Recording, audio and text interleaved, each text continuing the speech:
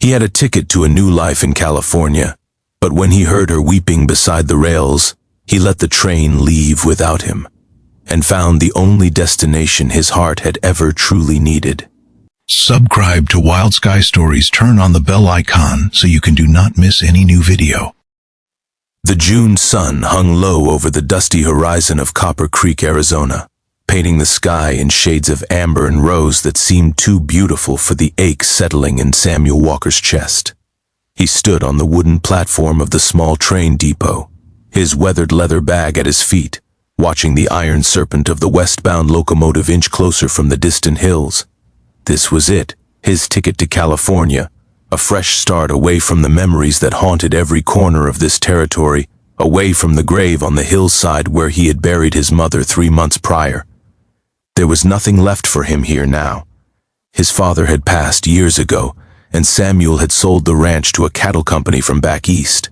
The money sat heavy in his pocket, and the future stretched before him like an empty page waiting to be written. He was 32 years old, alone in the world, and ready to disappear into the anonymity of a new life. The train whistle echoed across the valley, a mournful cry that matched the hollow feeling in his bones. Samuel picked up his bag and turned toward the edge of the platform, preparing to board the moment the train arrived. That was when he heard it, a soft, broken sound carried on the wind. At first he thought it might be a wounded animal, perhaps a coyote pup separated from its mother. But as he listened more carefully, he recognized it for what it was, the unmistakable sound of a woman weeping. Samuel glanced at the approaching train, now perhaps 5 minutes out. He should board. He should leave this place and never look back. Whatever troubles this woman carried were not his concern. But his feet moved anyway, drawn by something deeper than logic. He followed the sound around the side of the depot, past the water tower and the stack of old railroad ties, until he found her sitting on a worn wooden crate beside the tracks. She was young, perhaps 25, with auburn hair that had come loose from its pins and tumbled in waves around her tear-stained face. Her dress, once fine blue cotton, was dusty and torn at the hem. A small traveling case sat beside her, and clutched in her trembling hands was a crumpled letter. She did not hear him approach, lost as she was in her grief. Samuel cleared his throat gently. She startled, looking up at him with eyes the color of spring grass, now red-rimmed and swimming with tears. "Ma'am," he said, removing his hat. "Forgive me for intruding. Are you all right?" She laughed, a bitter, broken sound. "Do I look all right to you, sir?" "No, ma'am, you don't," he admitted. "That's why I asked." She studied him for a long moment, taking in his tall frame, his honest face weathered by years of working under the desert sun, the genuine concern in his brown eyes. Something in her expression softened. "I apologize," she said, wiping her cheeks with the back of her hand. "That was unkind of me. You were only being courteous." "No apology needed." Samuel glanced back toward the platform. He could hear the train slowing as it approached the station. "Is there someone I can fetch for you? Someone waiting?" Fresh tears spilled down her cheeks. There was supposed to be. That is the cruel joke of it all. She held up the crumpled letter. "I traveled 800 miles to marry a man I have been corresponding with for 18 months. A rancher named Thomas Whitfield.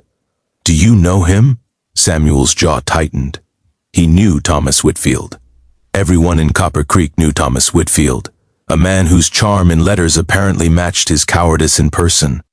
"I know of him," Samuel said carefully. "Then perhaps you also know that he married another woman 3 weeks ago." Her voice cracked. "A woman whose father owns the adjacent property.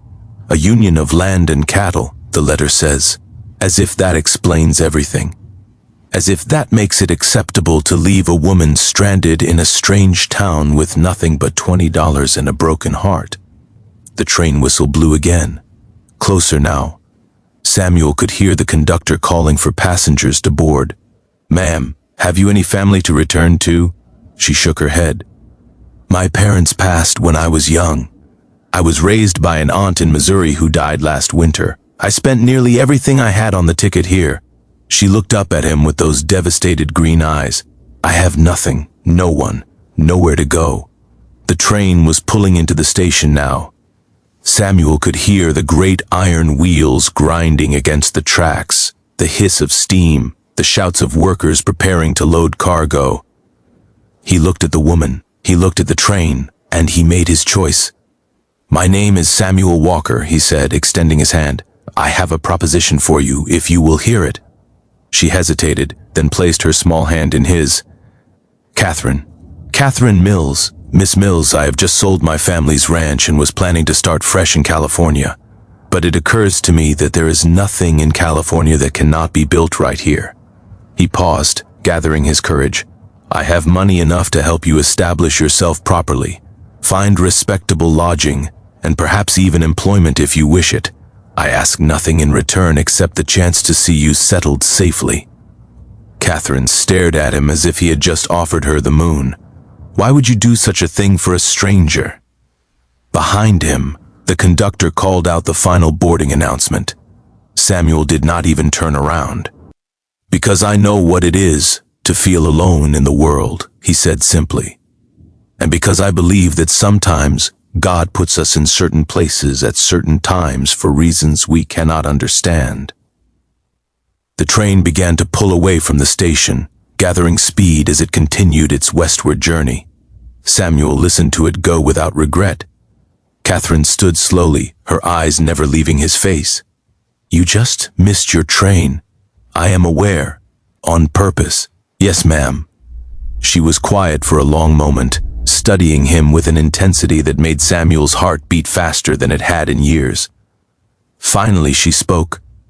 I do not know if you are the kindest man I have ever met, or simply the most foolish. Samuel smiled, surprising himself. Perhaps I am both. Despite everything, Catherine laughed. A real laugh this time, small but genuine. The sound struck Samuel like lightning, illuminating dark corners of his soul he had forgotten existed. He carried her bag to the boarding house on Main Street and paid for a week's lodging. He introduced her to Mrs. Patterson, the elderly widow who ran the establishment, and explained the situation in careful terms that preserved Catherine's dignity. Mrs. Patterson, who had known Samuel since boyhood, agreed to take Catherine under her wing. Samuel expected that to be the end of it. He had done his good deed, and now he would figure out his own next steps. But the next morning, he found himself at the boarding house again, asking if Miss Mills might like to join him for breakfast at the hotel dining room, and the morning after that, and the morning after that. Within a week, the whole town was talking about Samuel Walker and the mysterious woman from Missouri. Within 2 weeks, Catherine had secured a position helping Mrs. Patterson run the boarding house, proving herself capable and hardworking. Within a month, Samuel had purchased back a small parcel of his family's land, just 40 acres and the old cabin, and begun rebuilding. He told himself it was because California had lost its appeal. He told himself it was because this was his home, and perhaps he had been too hasty in trying to leave it behind. But the truth was simpler than that. The truth was Catherine. She visited him at the cabin one August evening as the sun set behind the mountains. She brought a basket of biscuits she had baked herself and a jar of honey from the mercantile. They sat on the porch he had just finished building, watching the sky turn to fire. Samuel, she said quietly, why did you really stay? He was silent for a long moment, wrestling with words that seemed too large for his tongue. I have spent my whole life waiting, he finally said, waiting for the right time to leave, the right moment to start over, the right sign that would tell me what to do. When I saw you beside those tracks, something inside me just knew. I cannot explain it better than that. I looked at you, and I knew that you were the reason I was supposed to be standing in that place at that exact moment. Catherine set down her biscuit. Her eyes glistened in the fading light. I was going to throw myself in front of that train, she whispered, before you found me. I had decided. I could not see any way forward, any reason to keep fighting. And then you appeared, and you looked at me like I mattered, like I was worth saving. Samuel's heart shattered and reformed in the space of a single breath. You are worth saving, Catherine. You are worth everything. She reached for his hand, and he took it, feeling her fingers intertwine with his own. I think I am falling in love with you, she said. Is that terribly forward of me to say? Not forward, Samuel replied, his voice rough with emotion. Honest, and I have never valued anything more, honesty. He turned to face her fully, taking both her hands in his. I fell in love with you the moment I heard you crying beside those tracks. I did not know it then, but I know it now. I love you, Catherine Mills. I love your strength and your courage, and the way you laugh like the whole world might be beautiful after all. She was crying again, but these were different tears. These were tears of joy, of hope, of healing. I came here expecting to marry a stranger, she said. I suppose I still might, but a different one than I imagined. A better one. Is that a proposal, Miss Mills? I believe it might be, Mr. Walker. He kissed her then, as the last rays of sunlight disappeared behind the mountains and the first stars emerged in the velvet sky. It was a kiss that tasted of honey and tears and new beginnings. They were married in the small church at the center of town on a crisp October morning. Mrs. Patterson cried happy tears in the front pew. The whole town turned out to witness the union of the man who had sold everything to leave and the woman who had arrived with nothing to stay. Thomas Whitfield was notably absent, having relocated to another territory after word spread of how he had treated Catherine. The good people of Copper Creek had long memories and little patience for cowards. On their wedding night, Samuel and Catherine stood on the porch of their small cabin, looking out at the land that would become their legacy. Do you ever regret it? Catherine asked. Missing that train? Samuel pulled her close, breathing in the scent of her hair, feeling the warmth of her body against his. That train would have taken me away from everything that mattered, he said. I did not miss it. I chose something better. I chose you. Catherine smiled against his chest.